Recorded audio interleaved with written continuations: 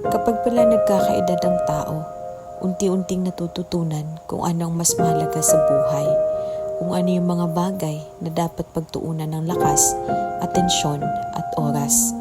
Hindi naman pala importante kung ano ang tingin at sasabihin sa iyo ng ibang tao. Ang importante ay kung gaano mo kakilala ang buong mong pagkatao. Hindi rin mahalaga kung wala kang maraming kaibigan.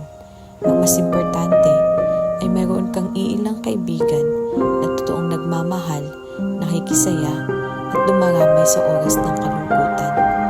Hindi rin naman pala kailangan na gayahin at sundin mo ang nakasanayan na karami para lang masabi na hindi ka nahuhuli.